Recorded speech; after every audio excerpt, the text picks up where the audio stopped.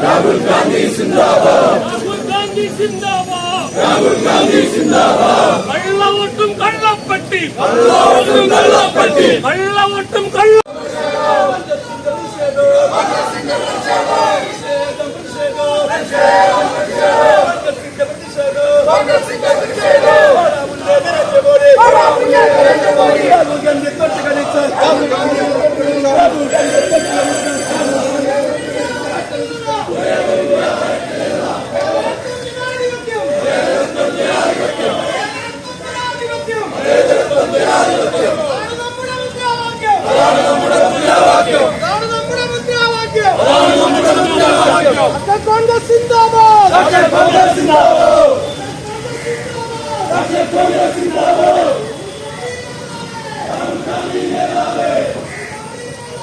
ചോദ്യം ഈ രാജ്യത്തെ ജനങ്ങളാകെ മുഴക്കുന്ന കാലത്താണ് ഈ രാജ്യത്താകെ രാഹുൽ ഗാന്ധിയുടെ അറസ്റ്റിനെതിരായി അതിശക്തമായ പ്രതിഷേധം രാജ്യത്താകെ ഉയരുകയാണ്.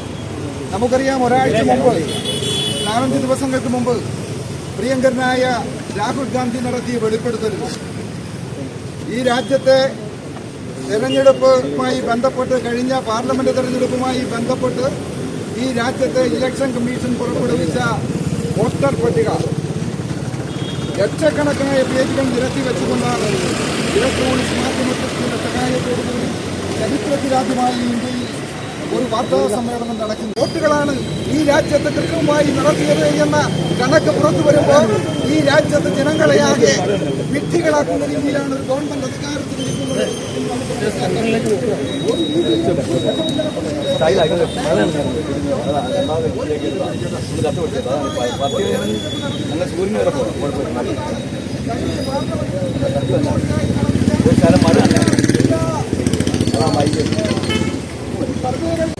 ഈ ഗവൺമെന്റിനെ ഇലക്ഷൻ കമ്മീഷൻ ചെയ്ത തെറ്റുകൾ ചൂണ്ടിക്കാണിച്ചുകൊണ്ട് സുപ്രീം കോടതി അടക്കമുള്ള ജനാധിപത്യ സംവിധാനങ്ങൾ ഈ രാജ്യത്തെ ഗവൺമെന്റിനെ പിരിച്ചുവിടും വരെ, ഈ രാജ്യത്ത് നരേന്ദ്രമോദി ഗവൺമെന്റ് പോകുന്നത് വരെ ഇന്ത്യൻ നാഷണൽ കോൺഗ്രസും രാജീവ് ഗാന്ധി മുന്നിൽ നിന്നുകൊണ്ട് ഇന്ത്യൻ നാഷണൽ കോൺഗ്രസ് നടത്തുവാൻ പോകുന്ന രണ്ടാം സ്വാതന്ത്ര്യ സമരത്തിന്റെ ഭാഗമായിട്ടാണ് ഇന്ന് ഇന്ത്യയിലെമ്പാടും ഇതുപോലുള്ള പ്രതിഷേധ പരിപാടികൾ നടക്കുന്നത്. എല്ലാ തെരുവുകളും ഈ ജനാധിപത്യ വിരുദ്ധതയ്ക്കെതിരായി, രാജീവ് ഗാന്ധിക്ക് അനുകൂലമായി, ഇന്ത്യൻ നാഷണൽ കോൺഗ്രസിന് അനുകൂലമായി ഉണരുമ്പോ ഈ തലയോല പറമ്പിലും അതിന്റെ പ്രതിഷേധം രേഖപ്പെടുത്താൻ, ഇന്ത്യൻ നാഷണൽ കോൺഗ്രസിന് കരുത്ത് പകരാൻ, രാഹുൽ ഗാന്ധി ഐക്യദാർഢ്യം പ്രഖ്യാപിക്കാൻ പങ്കെടുത്ത പ്രിയപ്പെട്ട പ്രവർത്തകരെ നിങ്ങൾ ഏവരെയും ഹൃദയപൂർവ്വം അഭിവാദ്യം ചെയ്യുന്നു. 100 കണക്കിന് പ്രവർത്തകരാണ് ഒരു ടെലിഫോൺ മെസ്സേജിന്റെ അടിസ്ഥാനത്തിൽ ഇവിടെ തളിച്ചുകൂടിയത്. ഇത് ഒരു തുടക്കം മാത്രമാണ്. ഈ രാജ്യം വരും നാളുകളിൽ ഉണ്ടാകാൻ പോകുന്ന പ്രതിഷേധ പരിപാടികളുടെ ആരംഭമാണ്. ഈ പരിപാടിയിൽ പങ്കെടുത്ത മുഴുവൻ സഹപ്രവർത്തകന്മാരെയും ഹൃദയത്തിൽ ചേർത്ത് ഇന്ത്യൻ നാഷണൽ കോൺഗ്രസ് ലോക്കൽ കമ്മിറ്റിക്ക് വേണ്ടി അഭിവാദിച്ചുകൊണ്ട് ഞാൻ ഈ വാക്കുകൾ അവസാനിപ്പിക്കുന്നു. ഫോണിൽ സംസാരിക്കുന്നതിന് വേണ്ടി ശ്രീ പി വി പ്രസാദിനെ ക്ഷണിക്കുന്നു. അധ്യക്ഷൻ കോൺഗ്രസ് കമ്മിറ്റി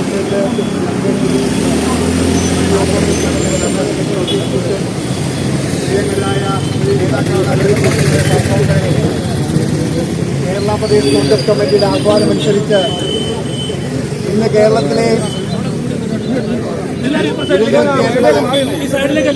മണ്ഡലം കോൺഗ്രസ് കമ്മിറ്റി കോൺഗ്രസ് കമ്മിറ്റി ഇത്തരം പ്രതിഷേധ പരിപാടികൾ സംഘടിപ്പിച്ചിരിക്കുകയാണ്. ഈ പ്രതിഷേധം കഴിഞ്ഞ 10-12 ദിവസക്കാലമായി നമ്മുടെ രാജ്യത്ത് അതിശക്തമായ രീതിയിൽ രാഹുൽ ഗാന്ധിയുടെ നേതൃത്വത്തിൽ മുന്നോട്ട് വരുന്ന സംരക്ഷണത്തിന്റെ വലിയ പോരാട്ടത്തിന്റെ ഭാഗമായിട്ടാണ് ഇത്തരമൊരു സമരം മുഖം രാഹുൽ ഗാന്ധി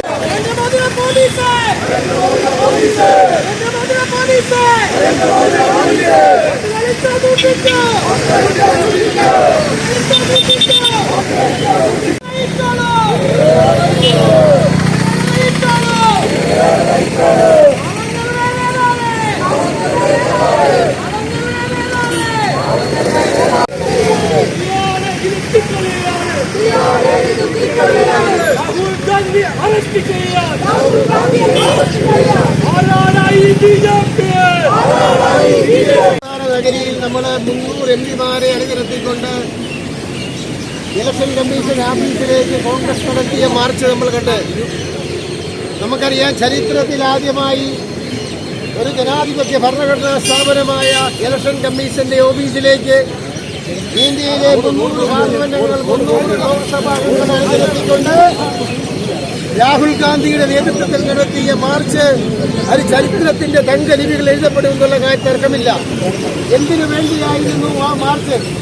നമുക്കറിയാം, തലേ ദിവസം രാഹുൽ ഗാന്ധിയുടെ, ഇന്ത്യയുടെ പ്രതിപക്ഷ നേതാവായ രാഹുൽ ഗാന്ധിയുടെ പത്രസമ്മേളനം നമ്മൾ കണ്ടു.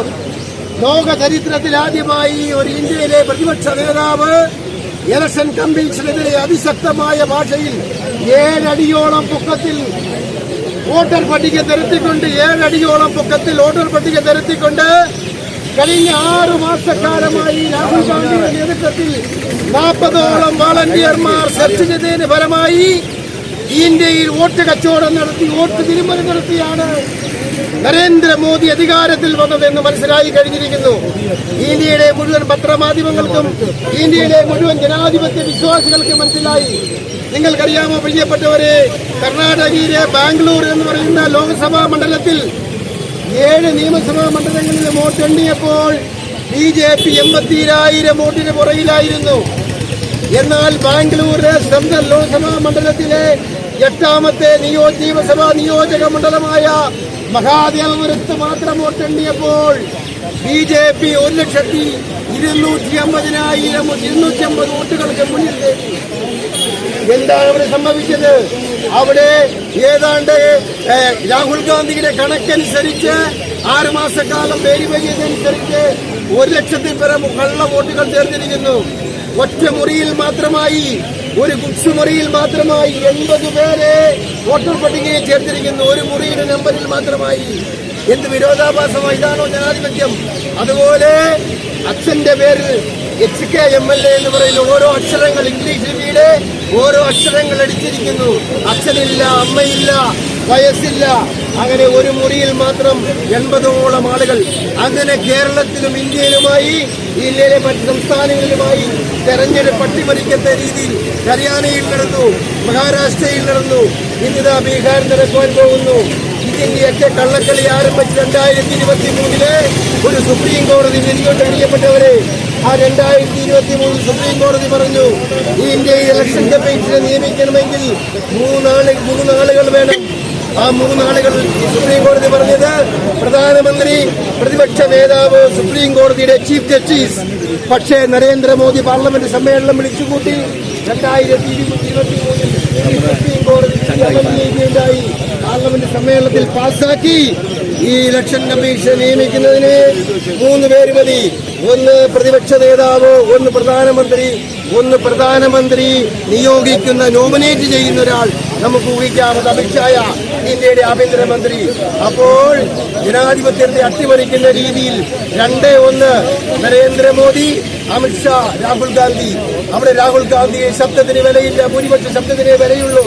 അങ്ങനെ ഇന്ത്യയിലെ BJP-ക്കാരായ ആളുകളെ ഇലക്ഷൻ കമ്മീഷനായി വെച്ചുകൊണ്ട്, ചീഫ് ഇലക്ഷൻ കമ്മീഷനായി വെച്ചുകൊണ്ട് നരേന്ദ്രമോദിയും അമിത്ഷായും BJP കൂട്ടുകെട്ട് നടത്തിയ ഒരു വലിയ ഗൂഢാലോചനയാണ് ഇന്ന് നരേന്ദ്രമോദി അധികാരത്തിലിരിക്കുന്നത്. അല്ലെങ്കിൽ ഇവിടെ നരേന്ദ്രമോദി പ്രതിപക്ഷത്തിരിക്കുന്ന രാഷ്ട്രീയ സാഹചര്യം വന്നേനെ.